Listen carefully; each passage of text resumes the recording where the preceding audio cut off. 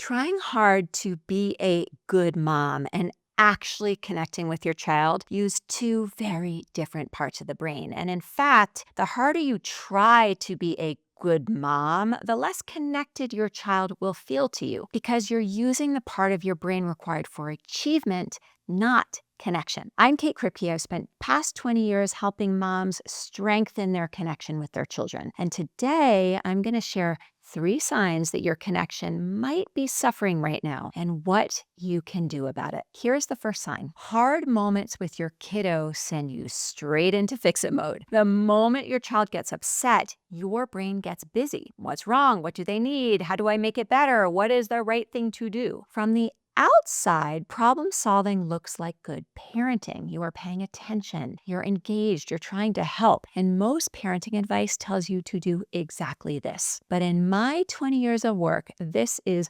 one of the most common patterns that I see high achieving moms getting stuck in. The instinct to fix is so strong, and it comes from love, of course, but the moment needs something very different. When we're in fix-it mode, we're often so focused on finding the right response or the right thing to do that we lose touch with the relationship happening right in front of us. Your child doesn't need you to have the perfect answer. They need you to be with them, and the urge to fix comes from love, yes, but connection begins with presence. So consider this. When your child gets upset, does your brain immediately start searching for the right thing to do? If so, you are definitely not alone. But it is important to know that this instinctive habit is actually getting in the way of connection. The second sign is a little more subtle, but I see it all the time also. Sign 2 is this. Unstructured time with your child feels hard. Can you relate to that?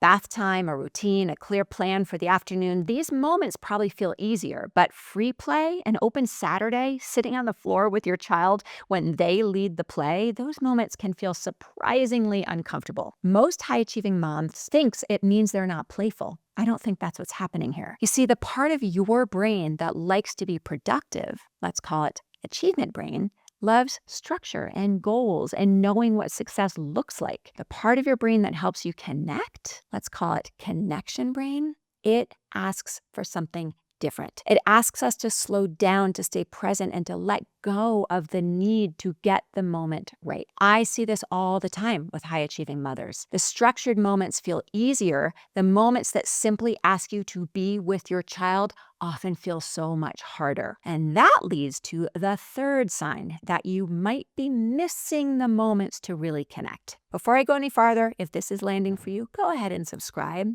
I put out one video every week right here on the neuroscience behind calm and connection and secure attachment. And this is exactly the kind of thing that we talk about right here. Okay, the third sign is this. Your child reaches for you after your effort to try and get it right ends. Have you ever noticed that? You've just spent the last 10 minutes trying really hard. Maybe you're trying to stop a tantrum, trying to get your child to be more easy through a transition, or trying to say all the right things. And then, almost the moment you stop trying so hard, your child reaches for you. They climb into your lap. They ask you to play. They lean in for a hug. At first glance, it can feel totally random, but I don't think it is. Your child has been responding to your nervous system this whole time. And they can feel the difference between a mom who's trying really hard to get the moment right and a mom who's simply present with them. Over the past 20 years, I have seen this over and over and over again. When a mother's nervous system settles, her child often becomes more available for connection. Not because she found the perfect parenting strategy, but because she shifted out of achievement brain, again, that part of the brain that's overly focused on getting it right, and back into connection brain, the part of the brain that shows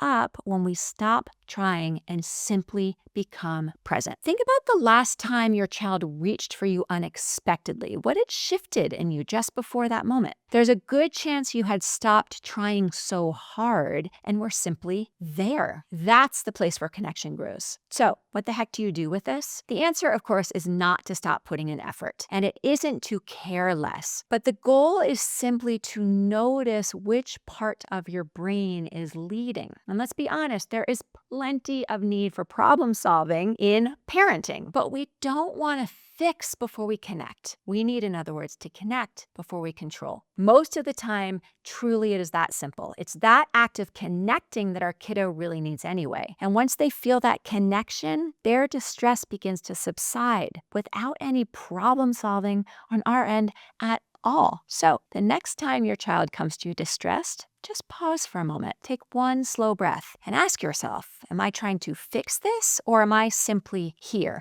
Or even, am I an achievement brain or connection brain? And if you notice that you're an achievement brain, please don't judge yourself. This is exactly what high-achieving women are wired to do. But instead, take one more breath. Let your shoulders soften. Feel your feet on the ground. And you don't have to have the perfect response. You simply need to help your nervous system settle down so that you can be present with your child. Because here's what I've known after 20 years of doing this work. Your child doesn't need you to take away their struggle. And they definitely don't need you to be the perfect mom. They just need you to be a present one. They need you to be there with them while they feel what they're feeling. And the more you can shift from achievement brain into connection brain, the more opportunities you create for that kind of secure, connected relationship. And I know that that is what you want. So if this resonated with you, I think you will also enjoy my video on why so much parenting advice accidentally increases anxiety instead of building connection. And in that video, I explain exactly what creates secure attachment, and it's probably different from what you have been told.